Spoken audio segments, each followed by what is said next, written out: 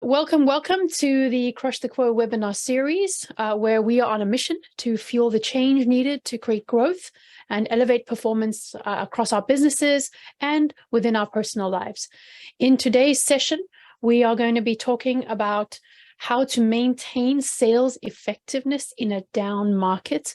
And with us, we have Maneesh Joshi, CEO of Sales DNA. So Maneesh, I'm going to hand over to you. I'm going to have you introduce yourself briefly, and then I'm going to stop sharing my screen and allow you to go into screen share.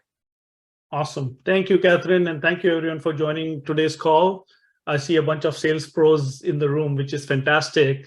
So I'm really eager to hear your feedback and comments on how what our worldview around sales, and also what we are building to help sales teams improve their productivity. So with that, without further ado, I'm gonna share my screen and go into presentation mode. Let's start off with some cold hard facts, right? Today's B2B sales organizations are designed for redundancy.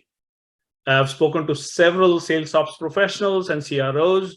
Typically, they expect only 80% of reps to succeed. And when you say succeed, we mean make quota. The reality is slightly worse than the cold, harsh truth that we looked at. Only 58% of reps is the average quota attainment, irrespective of reps tenure.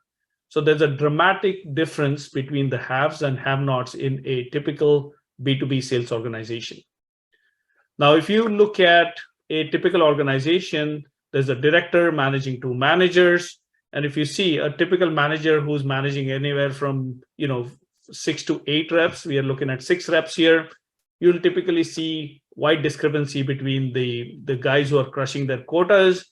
In this case, under manager 1, Rep 1, Rep 2 are consistently doing well. They're the seasoned guys. They've figured out how to talk to customers, how to engage with them, how to tease apart the pain point, and sell whatever they're selling.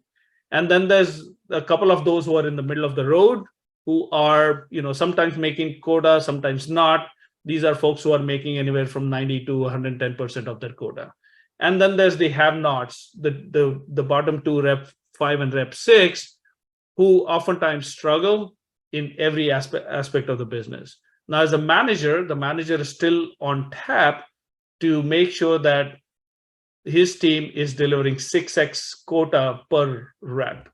So the manager is constantly wearing the hat of player and a coach, trying to jump in where he or she can help. And oftentimes they focus on the heavy hitters who need help in mitigating risks, or the middle of the road is the bottom 2 ones that often get neglected. And oftentimes over time they churn, new folks come in, which adds another set of workload on the manager to ramp them up, coach them, teach them how to sell the product. So it's a really, really hard job for managers to consistently deliver quota from one quarter to another. Okay. Now, the ratios. And Maneesh, just to pause you there, and that's only one layer of complexity for managers, right? They've got all the other complexities of the business and economic changes and market dynamics to contend with as well. So it's a very, very tough place for them to be. Yeah, so there's other layers of complexity about the toughness of the business. But if you roll this up, there's oftentimes the CRO who has VPs running your theaters. Those VPs have regional VPs or area VPs who then have directors. Now, I just didn't have enough space on the slide to show all the complex glory of a typical sales organization. So with today's down market, things are getting worse. I was looking up a report that came out only a couple of weeks ago. There's the classic 80-20 rule at play. Only 87% of the revenue is contributed by 23% of the reps. That's number 1. Number 2, the haves and have-nots has gotten even worse. About 27% of reps have consistently hit quota in the last 12 months. So this is a no better time to really reassess and rethink how you're planning your team, how you're coaching them, and how you're making them successful. Now, pipeline is the leading indicator for quota attainment. In today's, a typical B2B company, it takes anywhere from 3 to 9 months to close a deal. So by the time you enter a new quarter, if your sales cycles are long enough, your quarter is already spoken for. And it makes it absolutely critical that managers and reps sow the seeds of pipeline today that can bear fruit in a quarter or two away. And the reality is everybody's so focused on just making today's quarter that next quarter or the quarter after next often is an afterthought. And that can lead to dramatic pain. And that is one of the key reasons why there's such huge disparity. The top reps are always thinking 2-3 quarters ahead. I've had the luxury of working at some really amazing reps at App Dynamics. Oftentimes they would ask me to go meet customers. And my first question would always be, when is a deal coming in? And one of them said, Maneesh, I'm going to close a deal here 6 quarters out.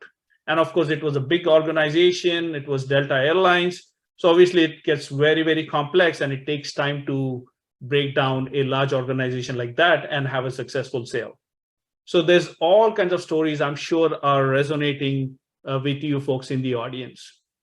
Now, today, pipeline methodology or pipeline coverage calculations are done top down, right? You look at number of sales reps you have.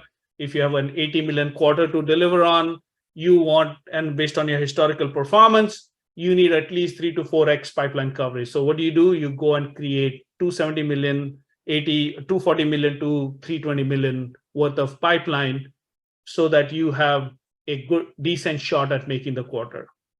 The challenge is these numbers are looked at from top down.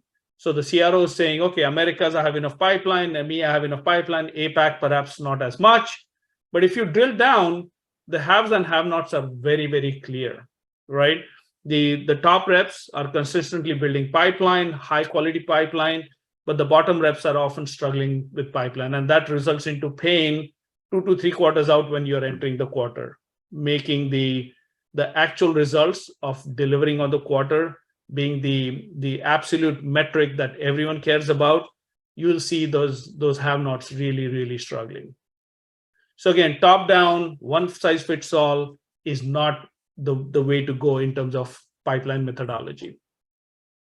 Now, not all pipelines are alike. Even if everybody had enough pipeline, there's a lot of things that really, really matter in the pipeline. Is it in a target account like an ICP? If it's not, it's going to be an extra hustle, an uphill battle. You're not going to have the marketing collateral that you need, the case studies for the typical industry and the size and the problems they have. So accounts matter. The source through which the lead came, if it came through a channel partner, obviously the propensity of the pipeline to convert is higher because there's relationships, and partners don't report the deal until they know that there's a real deal there. There's the sales and marketing activity. What kind of engagement is happening in those account in that pipeline? What kind of territory it is? We all know San Francisco and New York are like the hubs for closing big deals. But if you go into middle of America, a relatively smaller city where there are fewer businesses, fewer peer groups to kind of do reference selling, you're going to have trouble in different territories. And then lastly, reps are different from one to another. They're all unique in their own way. So you'll see that one rep needs perhaps only 2x pipeline coverage. The other rep needs 4x pipeline coverage. And oftentimes when you look top down, all these nuances are completely lost. So you walk into a quarter with this false sense of assurance that you have enough to make the quarter. And then what happens? That's when the hustle starts, right? You got to discount, you got to use a lot of sports analogies to get everyone pumped up.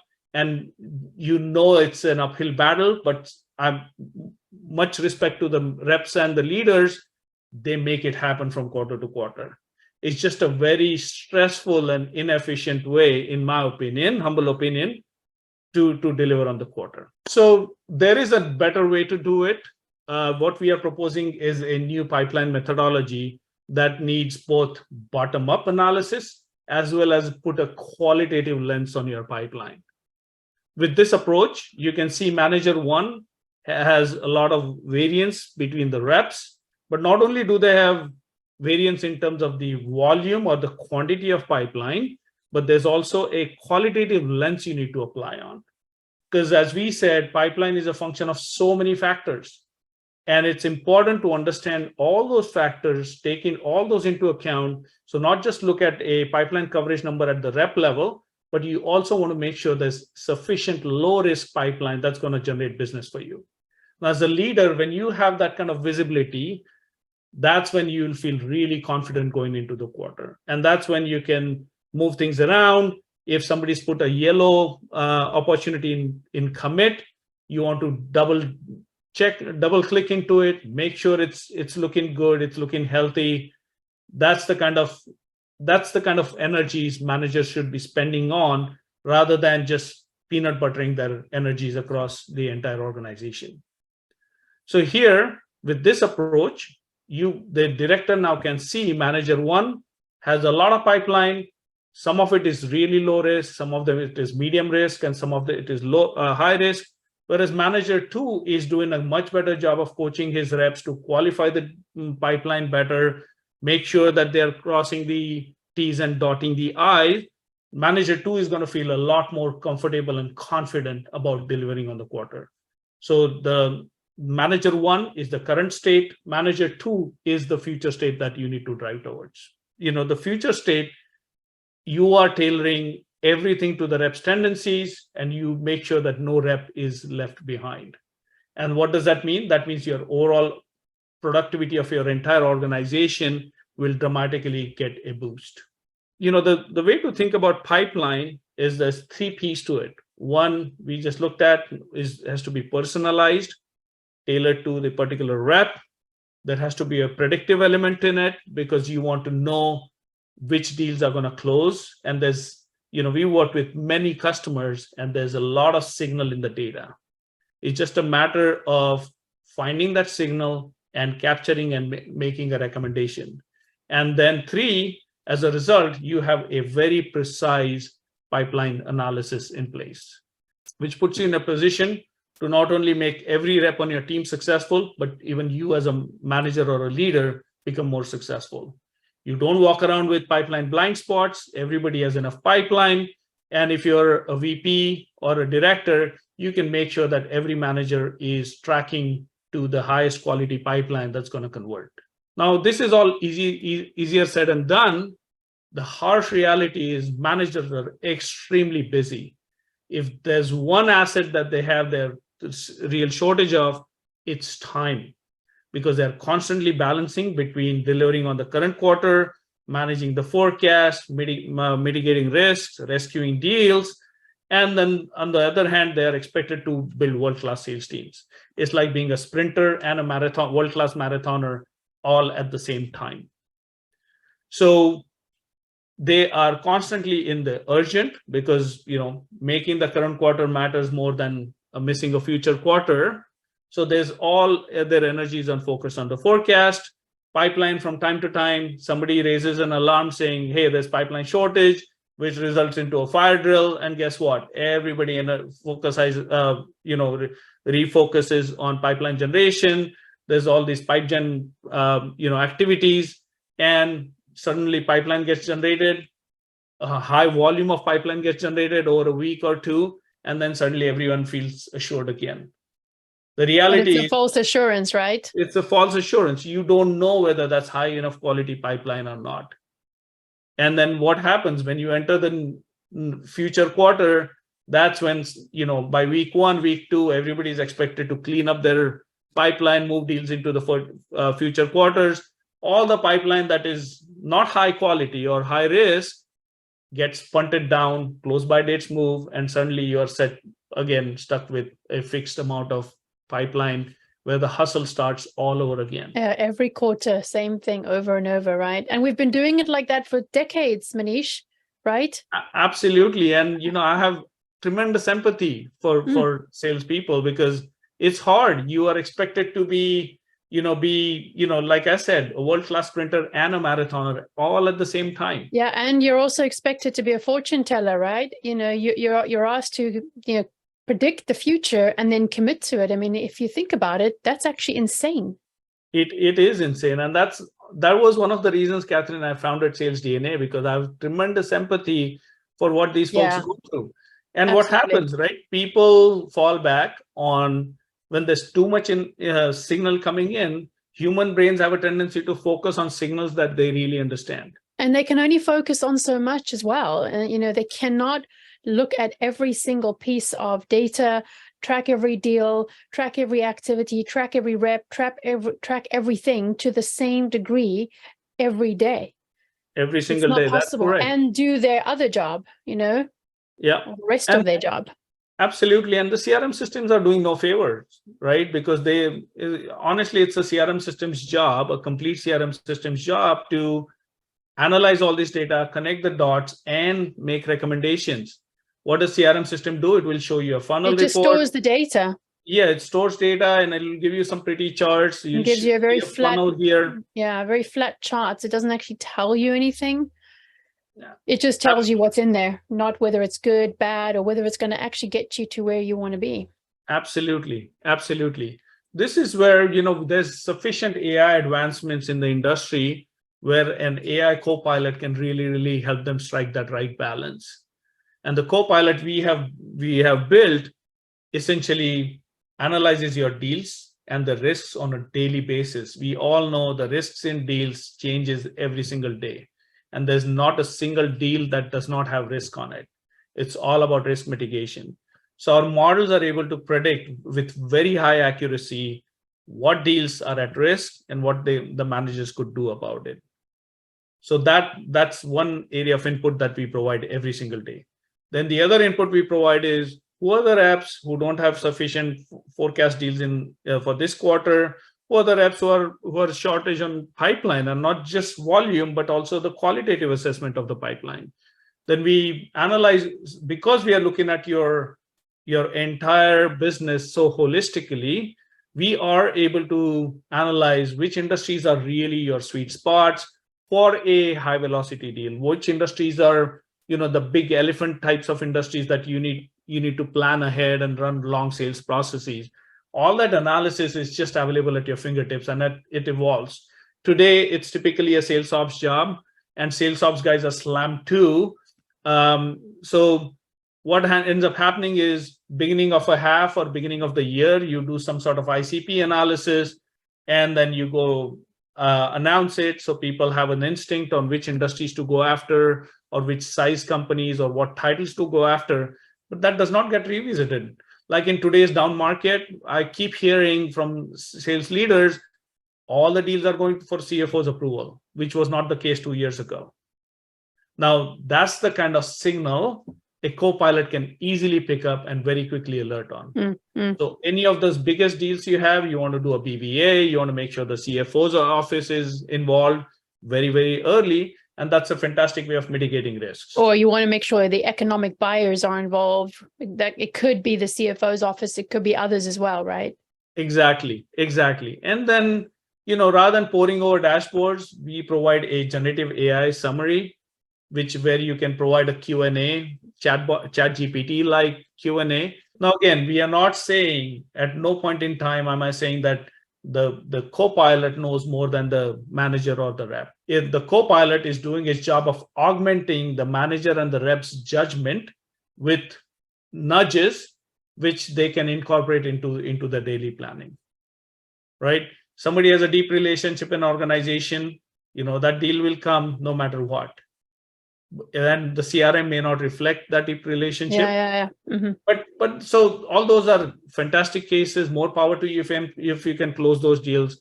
But there's a statistical and data-driven way that can be simply presented to the sales managers. And that scenario where the deal is going to close, but the system and the co-pilot can't know that because there's data outside of the system that it just simply doesn't have. But those are also probably more the exception than the norm. That's correct. And honestly, our co-pilot is able to pick up on those norms as well. Okay. So there are some channel partners who have a tendency to not register a deal until it's really, really baked. And we find that signal that these channel partners tend to bring in deals late and they close in 60 days. And our Copilot will incorporate that into the prediction. So Maneesh, we have a question in the Q&A. If we could maybe just pause there for a second. Can you please expand on ICP and BVA acronyms? absolutely. So ICP is an ideal customer profile. Ideal customer profile is basically what account can you sell to? Is there a specific industry type? Like if you don't have FedRAMP, I'm sorry to throw more acronyms at you, but FedRAMP is a federal certification of a platform. Now, if your platform is not federal certified for security and many other things, you are not going to be able to sell into government organizations. Now, an ICP will clearly define that don't sell into government organizations. Go after financials or manufacturing or whatever industries. Go sell to the CIO if you're selling technology, or the CRO if you're selling sales tools. That's a definition of an ICP. It's like giving reps a guidance, a concrete definition of who an ideal customer would be. And the other one is BVA, which is business value assessment. Business value assessment is when you partner with them, with the customer prospect late in the sales cycle, where you create ROI tools to show them what value your software or your product can bring for them. And Maneesh, another question that's come up. This organization, they are currently transitioning from Salesforce to Dynamics. Okay, and the question is, the Dynamics contains a lot of junk, as probably all CRM systems do. Yes. And so the question, there's one question, then I'd like to add a question on top of that. Would we need to wait till we're fully in Salesforce? They're going from Dynamics to Salesforce. So the question is, would we need to wait till we're fully in Salesforce to harness the Copilot? And then I'd like to add the question on top of that, would the data need to be cleaned up? So clean data is a myth. Okay, clean data is an absolute myth. And if I were a CRO, do I want my reps to go sell software, or do I want them to have clean CRM data?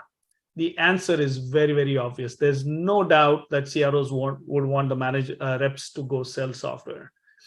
So there are tools out there that have done a better job of integrating calendars and emails and updating your Salesforce or whatever CRM you have. So I would not wait for clean data. But the question from Sue is, would they need to wait till they're fully in Salesforce to harness the Copilot? No, we work with all CRMs. All CRMs have, they have variation of the information that's getting captured.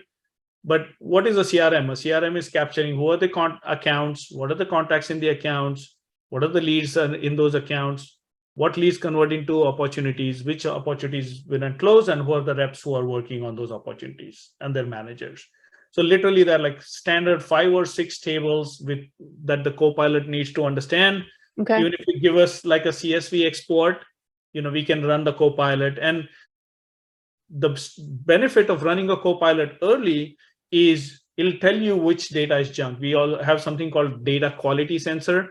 We'll tell you which part of data is junk. Perfect. Which part of data does not matter, so that you don't take the entire set of, apologies for using a technical term, entire garbage data and move it into Salesforce.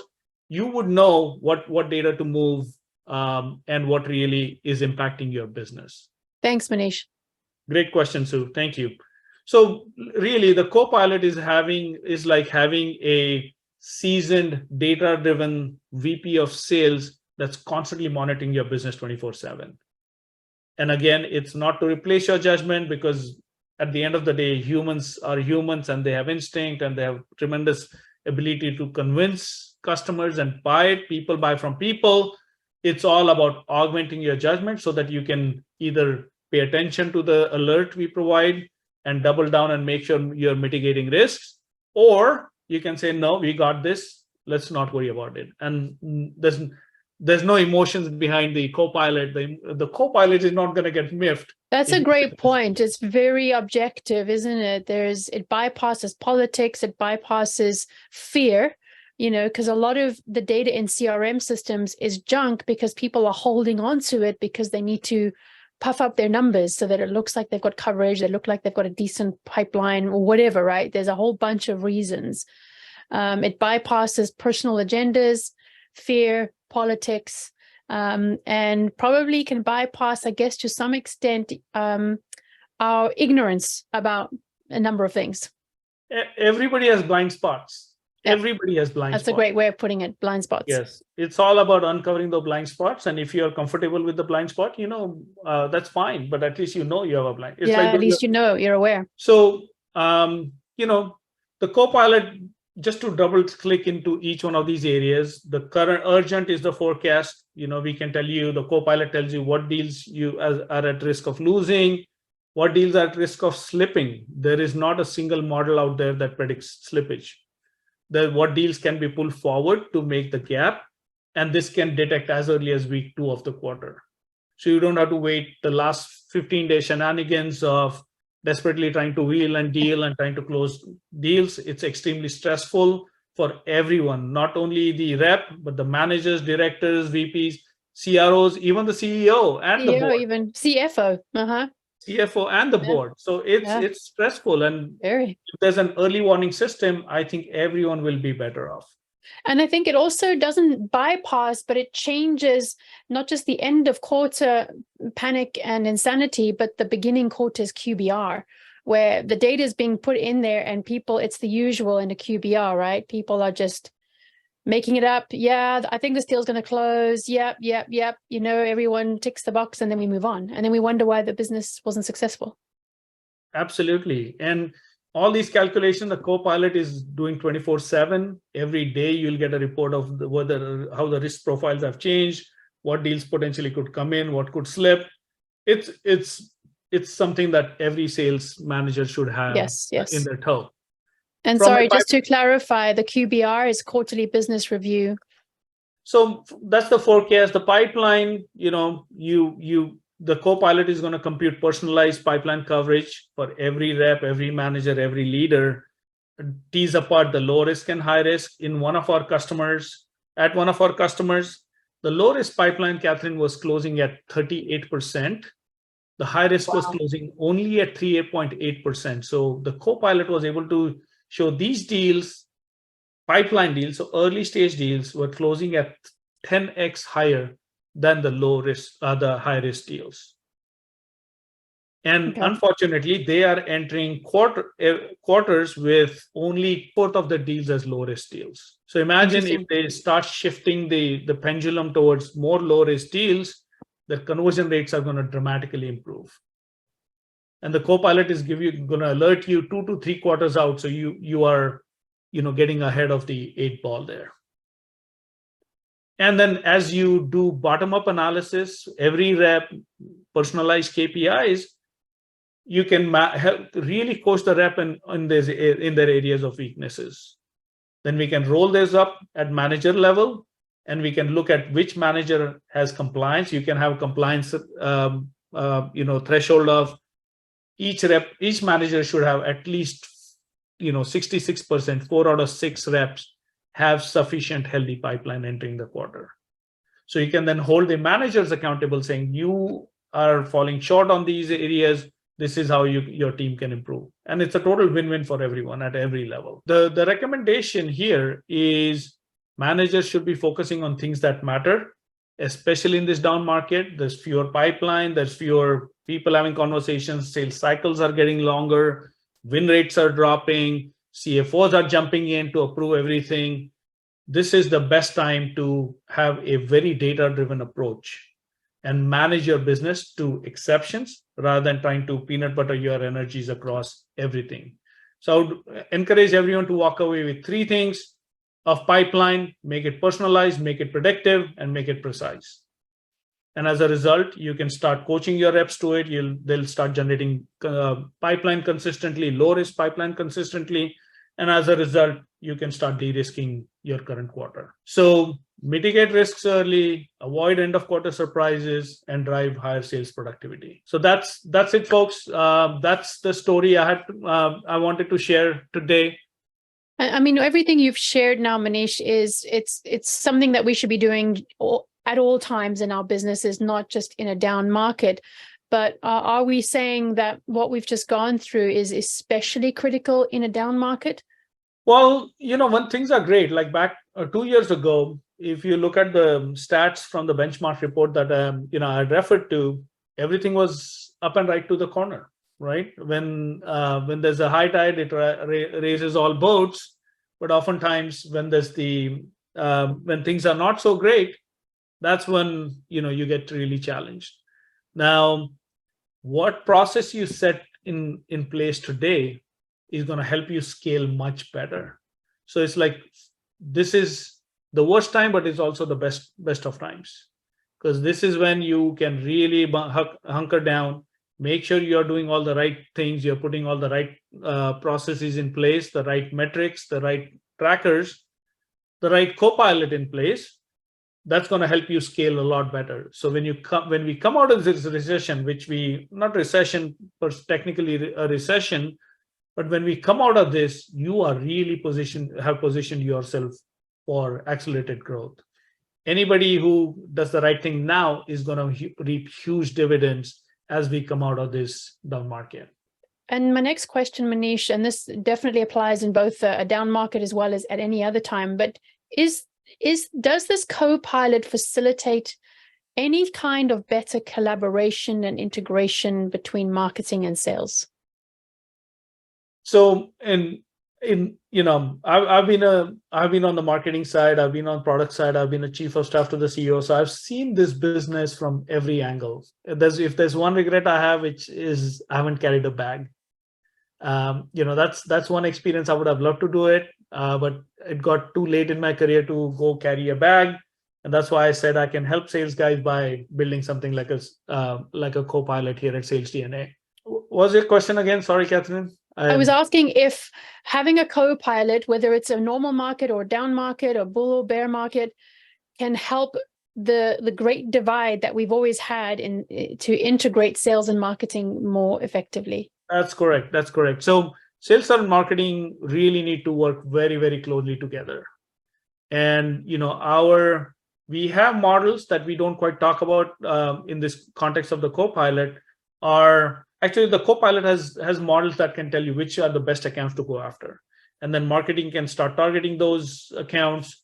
SDRs can start targeting those accounts. And those are the accounts that are going to consistently generate low-risk pipeline. So you do need to go to the source. It's just not a topic of today, because then it just becomes too broad of a topic. I wanted people to walk away with some very specific ideas, right, to think about their business. And the whole idea was to help them think differently. And we are here to help make that happen for them.